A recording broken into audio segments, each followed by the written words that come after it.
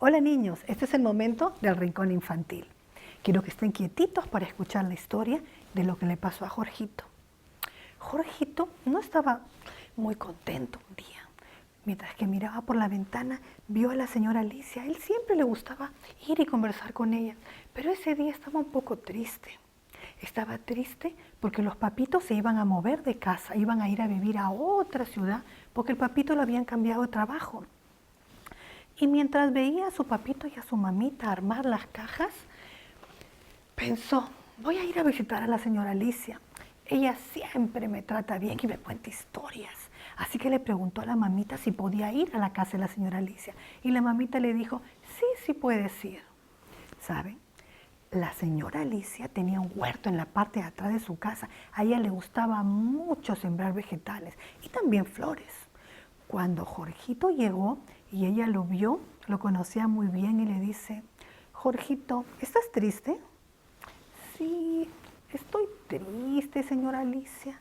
Estoy triste porque ahora que nos vamos a mover a otra ciudad, yo no sé cómo serán allá los niños en la escuela, no sé si tendré vecinitos con quien jugar. Y la señora le dice, ¿quieres que te cuente una historia? Ay, sí, a mí me gustan mucho las historias que usted me cuenta. Pero antes quiero mostrarte algo. ¿Ves esta cesta? ¡Oh, ¡qué ricos vegetales! Sí, mira, en esta oportunidad yo recogí unos pepinos, un pimiento, pero también recogí los tomatitos que sembré hace un tiempo. ¡Ah! ¡Qué bonitos tomatitos, señora Alicia! Ah, te voy a contar algo sobre los tomates. No todo el mundo sabe, pero los tomates fortalecen sus raíces y se hace más fuerte cuando uno los trasplanta. Mira, cuando comenzaron y eran unas semillitas, yo los puse en una maceta pequeñita, luego los puse en una más grande y después pasé la plantita en la tierra. Y mira qué lindos los tomatitos que me salieron. ¿Quieres que te diga algo? En este momento quizás estés triste y no entiendas. Pero cuando vayas a la otra escuela te vas a dar cuenta que van a hacer nuevos amigos. No siempre los cambios son malos.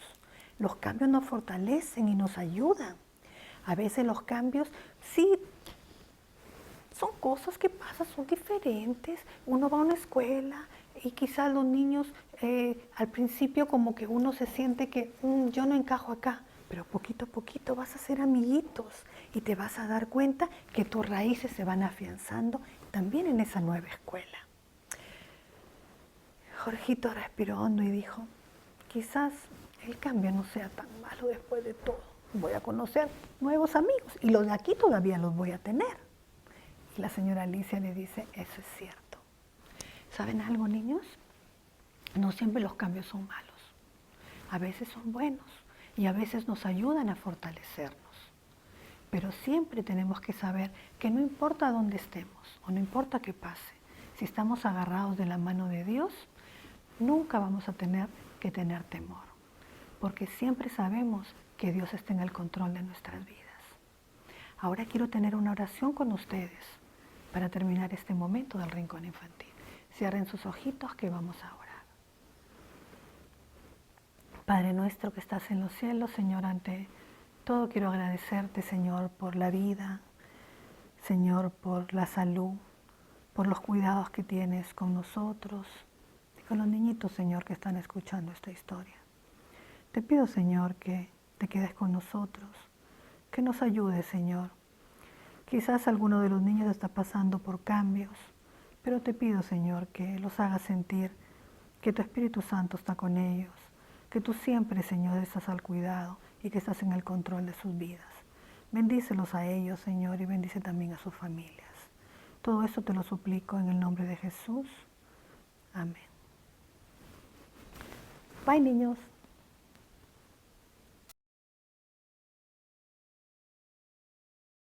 Ustedes y yo como pastor, los que me conocen saben que yo no hablo de política, creo que ningún púlpito adventista debería hablar sobre política, pero el panorama político de este país ha cambiado por completo.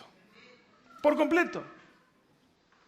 De repente nos estamos dando cuenta de que este país, el país de que nos recibía con los brazos abiertos, de que era el país que daba libertad y esperanza, de repente ahora empieza a cambiar una melodía diferente. Y no voy a adentrarlo más, pero una cosa les animo. Estudien las profecías de Apocalipsis 13. Apocalipsis 13. Y se van a dar cuenta que el Señor ya por mucho tiempo nos ha dicho lo que iba a ocurrir. El problema es si creemos o no creemos lo que Dios nos ha dicho. Este es un pueblo profético. Esta iglesia se levantó como un movimiento profético. Necesitamos regresar a las bases. Miren ustedes, y yo no traigo un mensaje negativo, pero quiero que ustedes se den cuenta un poquito de lo que está ocurriendo aún en este proceso de cambios con la iglesia cristiana. Porque ciertamente algo está pasando con la iglesia cristiana hoy día. Tomé algunas estadísticas que aquí en el país donde nosotros vivimos, 3.500 iglesias cierran sus puertas todos los años. 3.500 iglesias que tenían un letrero donde decían vamos a adorar a Dios, se cierran. Y saben que en muchos lugares las iglesias se están convirtiendo en simplemente restaurantes, se están convirtiendo en casas de viviendas, bancos. Pero están apareciendo 4.000 iglesias nuevas, pero no identificadas con el Evangelio de Jesús, sino identificadas en cómo buscar satisfacer las necesidades de la persona, del ser humano. Y lo dejo ahí. Las iglesias están perdiendo un promedio de 2.765.000 personas cada año al secularismo. ¿Saben ustedes lo que es el secularismo? El secularismo es todo aquello que es ajeno a las cosas de Dios. El brillo que hay ahí afuera. No estoy diciendo que no vivamos en el mundo. Sin embargo, cuando el mundo vive dentro de ti, simplemente empiezas a no preocuparte más por las cosas de Dios. Solamente el 21% de los norteamericanos asiste a servicios religiosos semanalmente. La asistencia usual a la iglesia ha disminuido de 1.600.000, y estoy hablando de un dato de 1968, a solamente 881.000 en el 2005. Quiere decir que hoy día la mayoría de las personas prefiere hacer una cita para ir a cualquier otro lugar menos a la iglesia. El promedio de la población que puede ser clasificada como cristiana ha disminuido de 86% en 1990 a 77% en el 2001 y esta estadística aún está mucho más baja. Esta me llamó profundamente la atención. 1.700 pastores dejan el ministerio cada mes. ¿Cada cuánto tiempo? Cada mes. ¿Y saben ustedes por qué los pastores se van?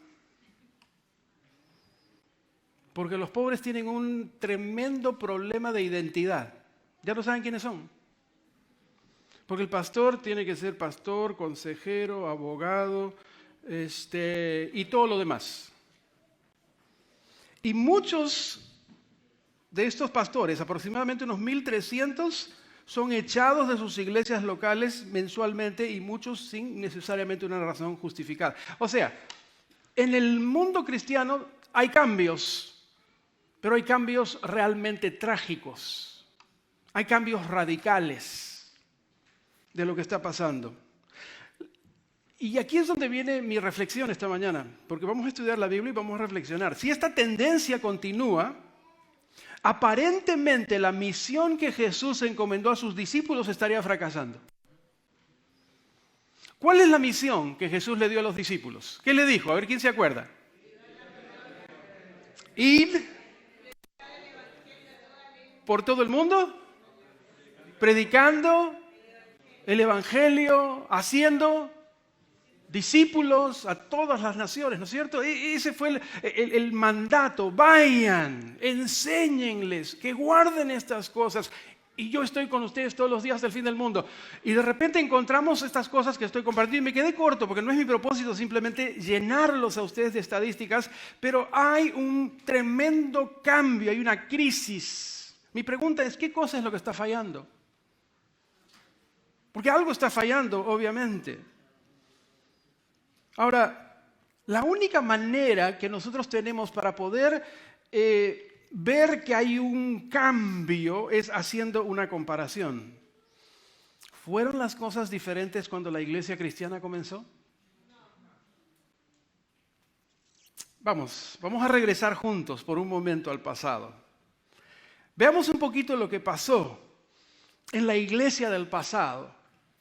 Porque si algo positivo y bueno ocurrió en la iglesia del pasado, es necesario que lo volvamos a traer. Porque si la misión en la cual nosotros estamos involucrados es una misión celestial, es importante que regresemos al pasado para ver qué cosa es lo que nosotros podemos cambiar. Abran sus Biblias, ya se leyó el versículo, pero vuelvan a abrir sus Biblias en el libro de los Hechos, en el capítulo 1. En el libro de los Hechos, ustedes van a encontrar de que ya Jesús se murió, ya Jesús resucitó, y ahora Jesús se está reuniendo con sus discípulos. Y en el versículo 4, ustedes encuentran que Jesús se va, porque recuerden una cosa, Jesús vino para cumplir con una misión. Jesús no vino de turismo. Jesús no dijo, bueno, voy a la tierra a ver qué cosa, qué están haciendo, qué está pasando ahí. No, Jesús vino con un propósito específico a la tierra. Él tenía un plan. Y entonces ahora Jesús se está yendo. Pero ahora Jesús se está yendo, pero su plan tiene que continuar. Y entonces en ese propósito en el cual su plan tiene que continuar, Él dice lo siguiente, capítulo 1, versículo 4. Y estando juntos, les mandó que no se fueran de Jerusalén, sino que esperasen la promesa del Padre, la cual les dijo, oísteis de mí. Ahora la pregunta es, ¿cuál era la promesa del Padre? ¿Cuál era la promesa del Padre? ¿Sabían ustedes que la promesa del Padre ustedes la van a encontrar en el Antiguo Testamento? Vayan conmigo al libro de Isaías, capítulo 32. Isaías, el capítulo 32. Y en el capítulo 32 vamos a leer el versículo 15.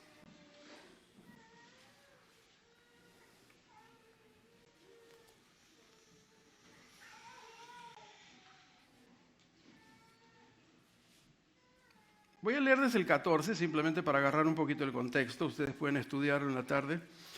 Dice, porque los palacios quedarán desiertos, la multitud de la ciudad cesará, y las torres y las fortalezas se volverán, cuevas para siempre, donde descansen asnos, monteses y ganados, hagan majadas. Aquí está haciendo una advertencia a las mujeres de Jerusalén, ¿no? Pero no nos preocupemos por eso.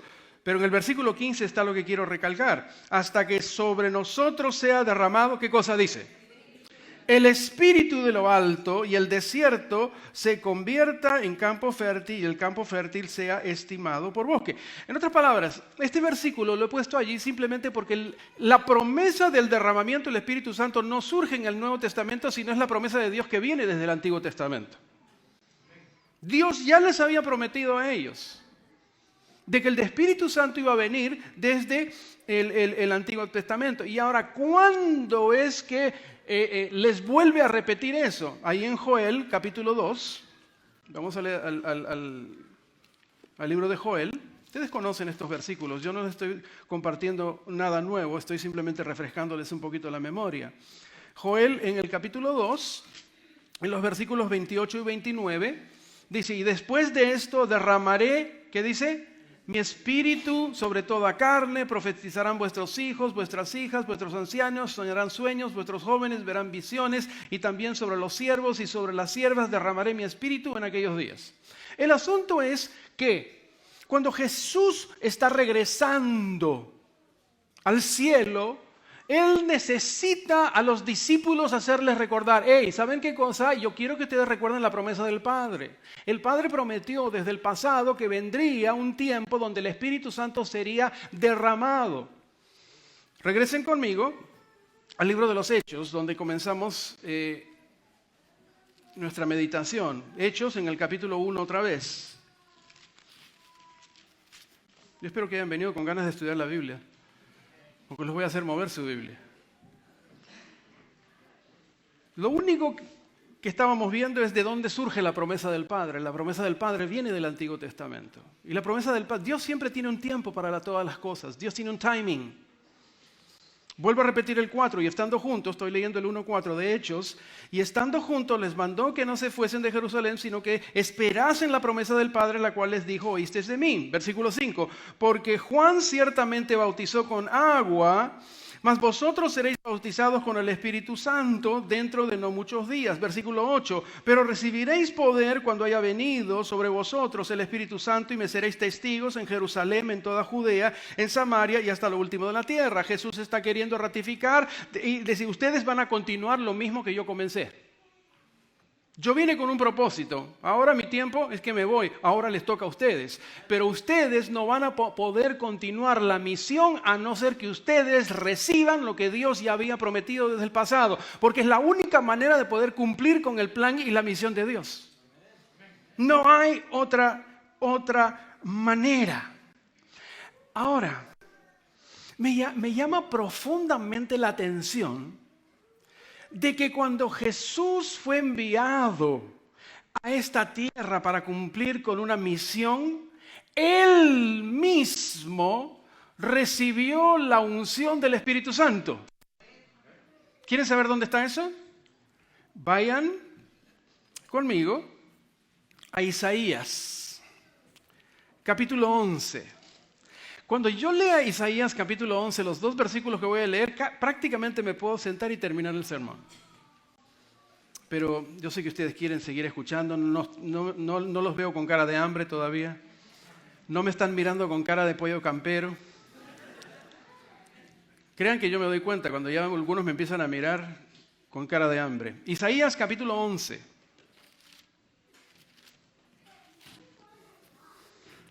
La mejor manera de entender el Nuevo Testamento es ir al Antiguo Testamento. Isaías capítulo 11, y vamos a leer el versículo 1. Miren lo que dice allí. Recuerden que estos versículos son versículos mesiánicos. Versículos que están apuntando hacia una realidad de la aparición de Jesús. Y miren lo que dice ahí. Saldrá una vara del tronco de Isaí. Me detengo. ¿Quién era Isaí? El padre David. ¿El padre David estaba vivo cuando Isaías escribió esto? No, estaba muerto hacía muchísimo tiempo. Y entonces, ¿qué cosa es lo que está diciendo? Está diciendo que de la vara, del tronco de Isaí, saldrá un vástago. ¿Qué es un vástago? Es un hijo, un retoño, ¿no es cierto? Retoñará de sus raíces. Y de paso les digo, ¿quién es ese retoño que viene de la línea del tronco de David? Es Jesús. Por eso les digo que este es un versículo mesiánico. Isaías está recibiendo la inspiración que de la línea de David, de su padre, va a salir el Mesías. Pero miren la característica que viene en el versículo 2. Y reposará sobre él, ¿qué cosa? El Espíritu de Jehová. Ahora, si este es Cristo, si este es Jesús, miren ustedes las características que le da Dios por medio del Espíritu Santo a Cristo. Miren lo que Jesús tenía. ¿Por qué Jesús tuvo éxito en cumplir con su misión? Porque Jesús, continúen leyendo conmigo el versículo, y reposará sobre él el Espíritu de Jehová. ¿Qué tipo de espíritu tendría? Espíritu de sabiduría, espíritu de inteligencia, espíritu de consejo y de poder, espíritu de conocimiento y temor de Jehová. La única manera por la cual Jesús pudo venir a esta tierra para cumplir con la misión que vino a cumplir era porque necesitaba la unción del Espíritu Santo para poder tener estos elementos. Ahora les hago una pequeña reflexión. Si Jesús necesitaba el derramamiento del Espíritu Santo para cumplir con la misión, ¿ustedes no creen que nosotros necesitamos la misma unción del Espíritu Santo para poder cumplir con la misión de Jesús? ¿Ustedes no creen que hoy día nosotros necesitamos un espíritu de sabiduría? ¿Qué cosa es espíritu de sabiduría? Es la habilidad de ver la vida desde la perspectiva divina y luego escoger la mejor forma de actuar. A veces somos cristianos y somos las personas más ignorantes del planeta. Y cuando digo ignorantes no me estoy refiriendo a conocimiento. Tomamos una cantidad de decisiones equivocadas. Y después nos quejamos y le echamos la culpa a Dios, no funcionas. Y nosotros no vivimos con sabiduría. Porque ¿qué cosa es sabiduría? Es la habilidad de ver la vida desde la perspectiva de Dios. Dios, necesito tomar decisiones en la vida, pero no sé cómo tomar decisiones. Quiero tomar decisiones, pero basada en tu perspectiva. Y cuando Dios, tú le preguntas cuál es su perspectiva, Dios te da su perspectiva. Pero también necesitamos espíritu de inteligencia. Algunos dirán, bueno, no, pastor, yo inteligente no soy. Y saben que en los años pasados nos hacían ese test de inteligencia, ¿no es cierto? Y nos ponían un número. Y mucha gente, yo tengo tanto, ¿cuánto tienes tú? O sea, nadie quería decir cuánto tenía, ¿no es cierto? Sin embargo, ¿qué cosa es inteligencia? Bien simple, desde la perspectiva bíblica. Inteligencia es saber escoger. Si tú sabes escoger, eres inteligente. Espíritu de consejo.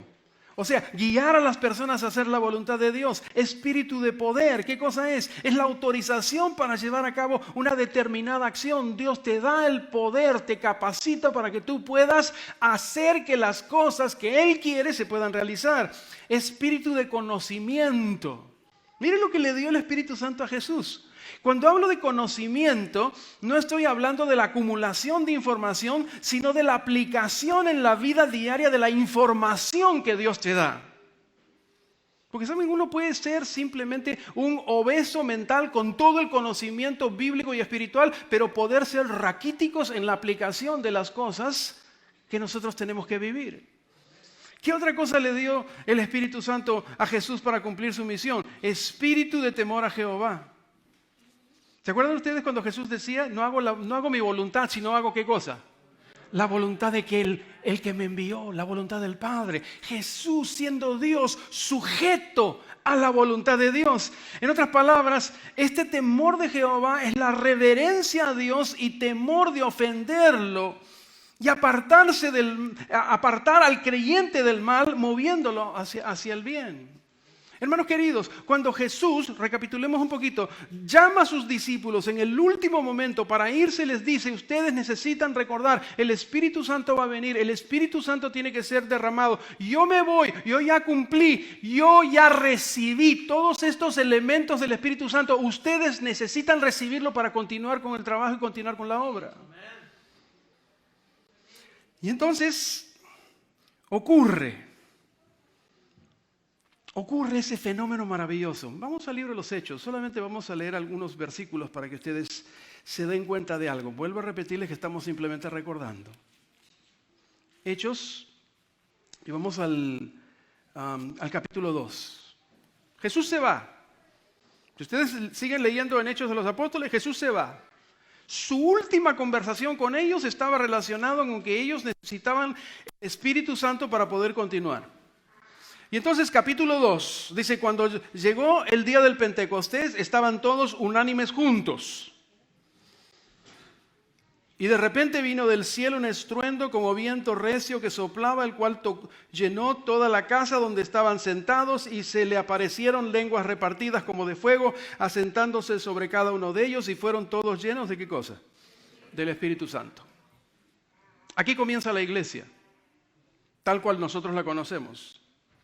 El Espíritu Santo, un grupo de gente, está reunido, y ahora el Espíritu Santo viene de una manera espectacular y todos los que estaban allí ahora están llenos del Espíritu Santo. Y ustedes recordarán, yo no simplemente voy a mencionar lo que ustedes ya saben, que estaban reunidos para una fiesta, pero había gente de todos lados, todos eran judíos pero venían de diferentes lados. Ahora, el Espíritu Santo necesita que toda la gente entienda el mensaje del predicador. Y entonces, ¿ahora qué hace? Les da la posibilidad de que todos entiendan el mensaje en su propio idioma. ¿Quién da ese poder? Es el Espíritu Santo. Pedro empieza a predicar con fuerza, con denuedo, presenta a Cristo Jesús, porque Cristo Jesús es el centro de su predicación. Miren ustedes capítulo 2, versículo 36. Sepa pues ciertísimamente toda la casa de Israel que a este Jesús a quien vosotros crucificasteis, Dios le ha hecho Señor y Cristo. Su mensaje es Cristo. Les está presentando a Cristo, a toda esa gente, a todos esos judíos que están dispersados, que están viniendo ahora a la fiesta por tradición. Y ojo con venir a la iglesia por tradición. Venir a la iglesia por tradición no te va a ayudar en lo más mínimo. La tradición tiene un propósito, pero es el vivir las enseñanzas de Cristo lo que va a hacer la diferencia en tu vida. Podemos corrernos el riesgo de ser cristianos tradicionalistas. Venimos por, bueno, hay que ir, pues hay que ir. No. Y esta gente está viniendo por tradición, pero ahora Pedro les presenta a Cristo Jesús. Y miren, ahora, hagan la conexión. Jesús a sus discípulos les dice que necesitan el Espíritu Santo. Viene el Espíritu Santo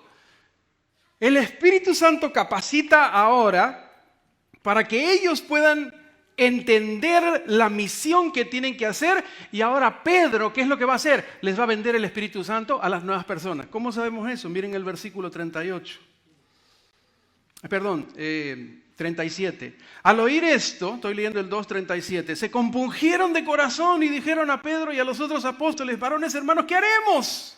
Y Pedro les dijo: ¿cuál es el primer paso? Arrepentíos. ¿Qué es el siguiente? Bautícese cada uno de vosotros en el nombre del pastor de la iglesia. ¿El nombre de quién? No, era para ver si estaban despiertos solamente. Bautícese cada uno de vosotros en el nombre de Jesucristo. ¿Para qué? Para el perdón de los pecados. ¿Y qué les dice? Y ustedes van a recibir el don del Espíritu Santo. Miren el efecto de la predicación de Pedro. Versículo 41. Así que los que recibieron su palabra, ¿qué pasó? Fueron bautizados y se añadieron aquel día, ¿cuántas personas? 3,000 personas. Y ahora esta gente, estos creyentes, estas personas que recibieron esa esperanza, ese mensaje, versículo 42, perseveraban en la doctrina de los apóstoles, en la comunión unos con otros, en el partimiento del pan, en las oraciones. Y versículo 44, y todos los que habían creído estaban juntos. ¿Qué más dice? Y tenían en común todas las cosas, vendían sus propiedades, sus bienes y los repartían a todos según la necesidad de cada uno, y perseveraban unánimes cada día en el templo, partiendo el pan. En las casas comían juntos, con alegría, con sencillez de corazón, alabando a Dios, teniendo favor todo el pueblo. Y el Señor añadía cada día a la iglesia a los que habían de ser salvos. Esta es la fórmula de Dios. Es la fórmula del cielo. Yo ya no me siento joven en el sentido de que los años van pasando. Y me doy cuenta que podemos seguir haciendo iglesia de una perspectiva humana, pero no necesaria desde una perspectiva divina. Y créanme, estoy hablando en sentido general. No estoy hablando específicamente de ustedes, estoy hablando como iglesia adventista el séptimo día. Podemos seguir haciendo las cosas por costumbre. Y sin embargo olvidarnos de que esta es una misión divina. Esto es algo que la iglesia es de Dios. Cristo Jesús fue el único que derramó su sangre por la iglesia. Yo como pastor, yo no derramé una gota de sangre por nadie. Sin embargo, tengo el privilegio que Dios me da para poder seguir compartiendo su misión. En algún momento de todo este caos que está viviendo el planeta Tierra, tiene que haber un momento de reflexión y de repensar lo que nosotros estamos haciendo. Señor, ¿estamos haciendo lo que tú le dijiste a ese primer grupo de gente que necesitaban el Espíritu Santo para que tu misión pueda cumplirse? ¿O simplemente seguimos haciendo las cosas como nosotros creemos que se deben hacer y no necesariamente viendo los resultados? ¿Y saben por qué les digo eso, hermanos queridos? Porque si ustedes se dan cuenta, las estadísticas que yo les muestro, aparentemente la iglesia cristiana no tiene mayor influencia aquí en este país. Olvídense. Hoy día tú vas por la calle y dices, soy cristiano, y todo el mundo te queda mirando, ¿cristiano? Pues, por favor, eso es anticuado. La gente no quiere saber más nada del cristianismo. Es más, mucha gente tiene miedo de decir que son cristianos, porque se ponen nerviosos, ¿no? El cristiano, valgan verdades que el cristianismo no está impactando más esta sociedad. No la está impactando. Algo está pasando.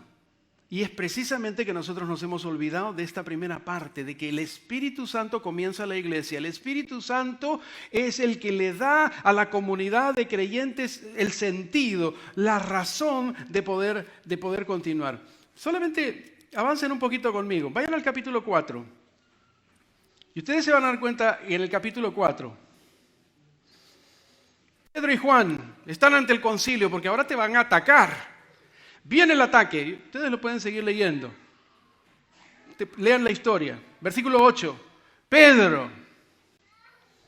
¿Cómo estaba Pedro? Lleno del Espíritu Santo. ¿Y se han dado cuenta ustedes que a veces en nuestras oraciones nosotros, ¿qué pedimos? Danos una porción. Si hay algo que no deberíamos pedir una porción, es del Espíritu Santo. Pídelo completo. Tú no quieres un pedacito. Señor, dame 10% del Espíritu Santo hoy día. No, olvídate, 10% no funciona. Pedro estaba lleno, estaba repleto. Miren, Pedro, lleno del Espíritu Santo, les dijo a los gobernantes del pueblo y ancianos, y les mando un sermón completo ahí. ¿Cómo es que Pedro tuvo la valentía de poder hablar? Porque Pedro ahora no está haciendo un trabajo solo, sino está haciendo el trabajo de Dios, pero es el Espíritu Santo que le está ayudando a cumplir con la labor. Sigan ustedes mirando un poquito. Cuando lo sueltan finalmente, vayan al versículo 31. Solamente voy a leer algunos versículos. Pedro agradece a Dios, está orando, y cuando terminan de orar, versículo 31, cuando hubieron orado, el lugar en que estaban congregados, ¿qué pasó? Tembló y todos fueron llenos del Espíritu Santo y hablaban con denuedo la palabra de Dios. Me fascina esa palabrita, denuedo, porque ¿qué significa denuedo? Denuedo significa hablar con valentía. Denuedo significa hablar con poder. ¿Y saben qué tipo de predicadores necesita Dios en esta última parte del mundo? Predicadores que no tengan miedo de predicar la palabra y levantarla y decir, esto es lo que dice la Biblia. Ustedes se van a dar cuenta, cada vez hay temor de predicar lo que dice la Biblia. No quiero ofender a alguien. No quiero ofender a esta otra persona. No, y vivimos en el planeta donde finalmente en Estados Unidos no queremos ofender a nadie. Y yo no estoy diciendo de que hay que ir y ofender a la gente, estoy diciendo que hay que ir y predicar la palabra. Y dejarle a Dios los resultados. Este es un tiempo donde Dios necesita levantar predicadores que prediquen con denuedo, sin temor, predicar, decir lo que tienes que decir en el temor del Señor. No critiques, no ataques a la gente, simplemente predica la palabra del Señor. Predica simplemente con denuedo. Finalmente, la experiencia famosa de Ananías y Zafira, ustedes la conocen, esta gente que viene y todo lo demás. Miren ustedes el versículo 3, cuando Pedro va a reconvenir. Estoy tomando varias historias, si ustedes me están siguiendo, si ustedes se duermen y se despiertan, no van a saber cómo es el final. Y dijo Pedro a Ananías, ¿por qué llenó Satanás tu corazón para que mintieses al Espíritu Santo? ¿Se han dado ustedes cuenta quién es el personaje principal en el comienzo de la iglesia? ¿Quién es el personaje principal? es el Espíritu Santo. El Espíritu Santo comienza la iglesia. El Espíritu Santo le da poder para poder hacer lo que hay que hacer. El Espíritu Santo les da poder para hablar lo que hay que hablar. Ahora la gente empieza de alguna manera a olvidarse un poquito y estás haciendo una afrenta contra el Espíritu Santo. Versículo 9. Y Pedro le dijo, ¿por qué convinisteis en tentar al Espíritu del Señor? Avancemos un poquito más, den la vuelta a la página. Si ustedes miran allí, cuando viene la persecución de Pedro y de Juan, estoy leyendo el capítulo 5, y cuando ellos están compartiendo, versículo 32, nosotros somos testigos suyos de estas cosas y también ¿de quién? Del Espíritu Santo, el cual ha dado a Dios, ¿a quién? Ojo, pestaña y ceja, como dicen en mi país, el Espíritu Santo no se lo dan a los desobedientes.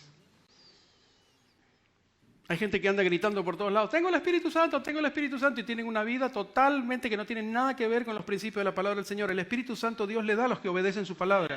Amén. Nunca pienses que Dios te va a dar el Espíritu Santo si tú no estás viviendo a la altura de la palabra del Señor. Lo dice la palabra, el Espíritu Santo es dado a los que obedecen.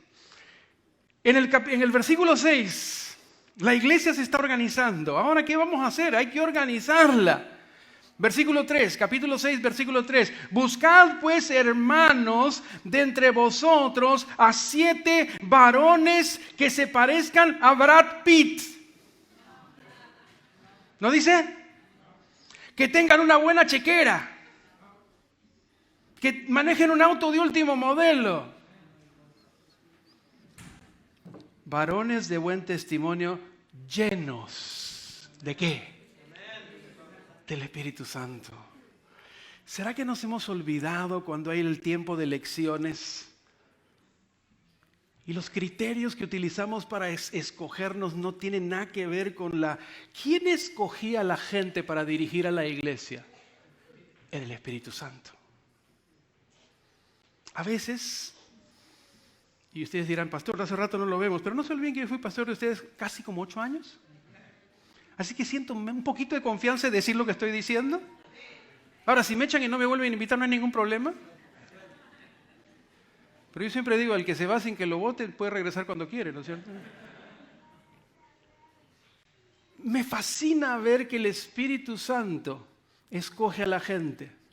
No te mira la cara, no mira tu bolsillo, mira tu disposición para poder querer agradar a Dios.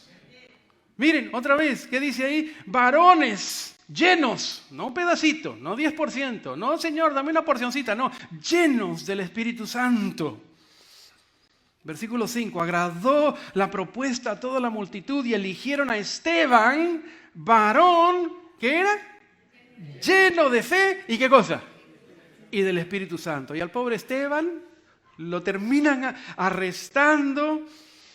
Pero cuando Esteban lo arrestan, capítulo 7, y da su testimonio, miren lo que el versículo 51, a esa gente les está diciendo, y aquí no le está diciendo palabras tranquilas, ¿qué le está diciendo Esteban? Duros de cerviz, incircuncisos de corazón y de oídos, vosotros resistís siempre, ¿a quién? Al Espíritu Santo. Como vuestros padres, así también vosotros. Versículo 55. Pero Esteban, lleno del Espíritu Santo, puesto los ojos en el cielo, vio la gloria de Dios y la de Jesús que estaban a la diestra de Dios. Y el resto es historia porque al pobre lo mataron.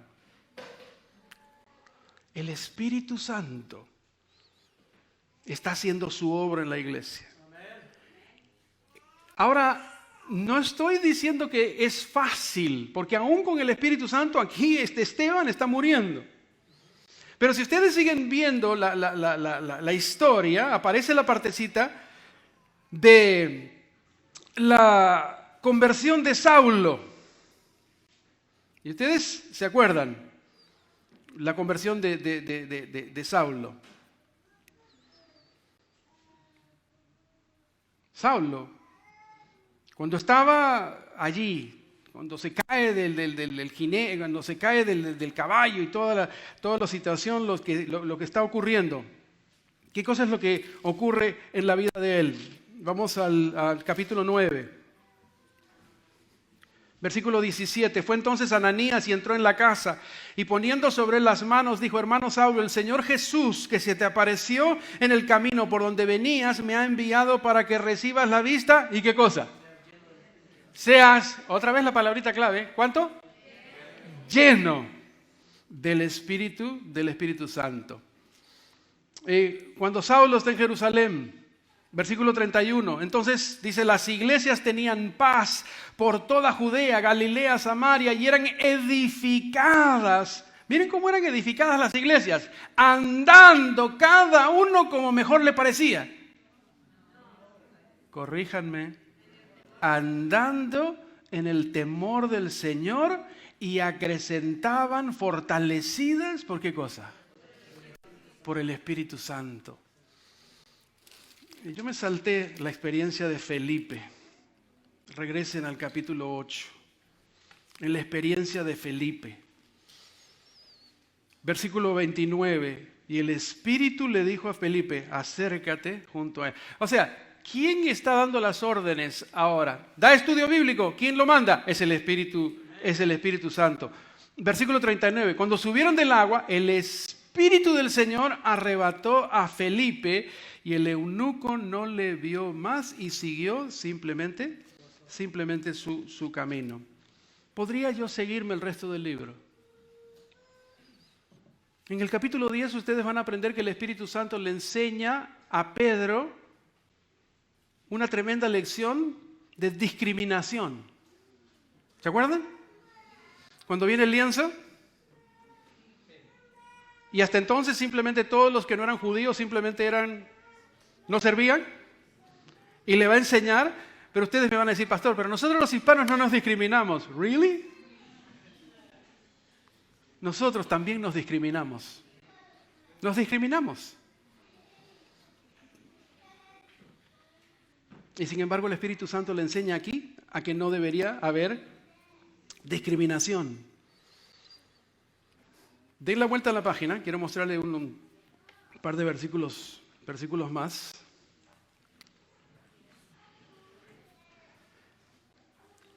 En el capítulo 11,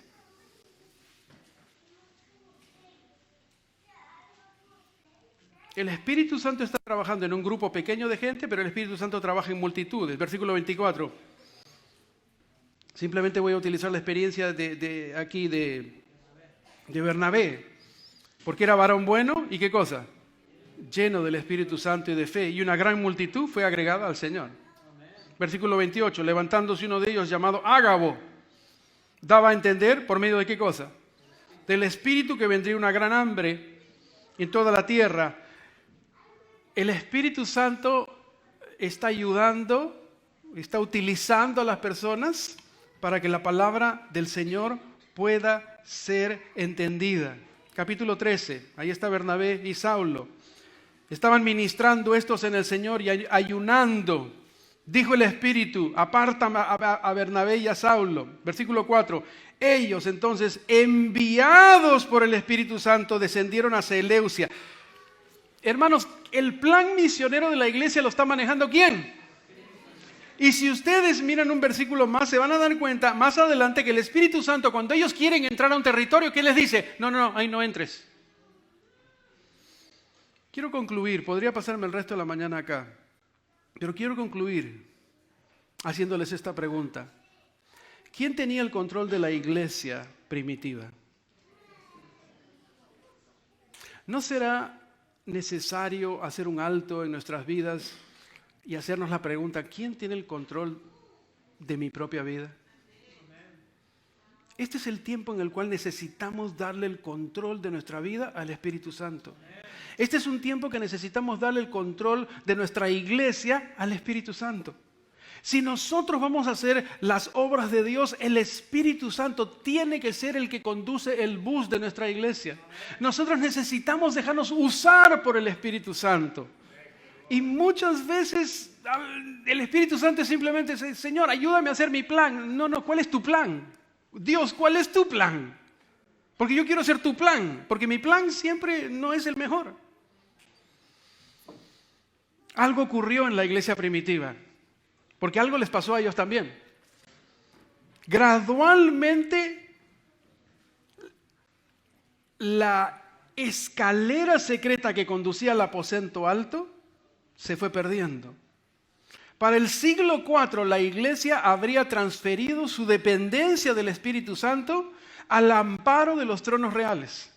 A partir de entonces, la iglesia, escuchen bien lo que ha pasado, porque esto es lo que podría terminar pasando con nosotros, la iglesia ha depositado su confianza sobre hombres, sobre métodos y sobre dinero. No tenemos dinero. ¿Really? ¿Cuánto dinero tenía esa gente para hacer la obra? No están preocupados por la plata, porque la obra, Dios es el dueño de todo. Dios es el banquero. Señor, no podemos hacer la obra. Perdón, yo soy el dueño de todo. Pídeme. Pedid, se os dará. Buscad, hallaréis.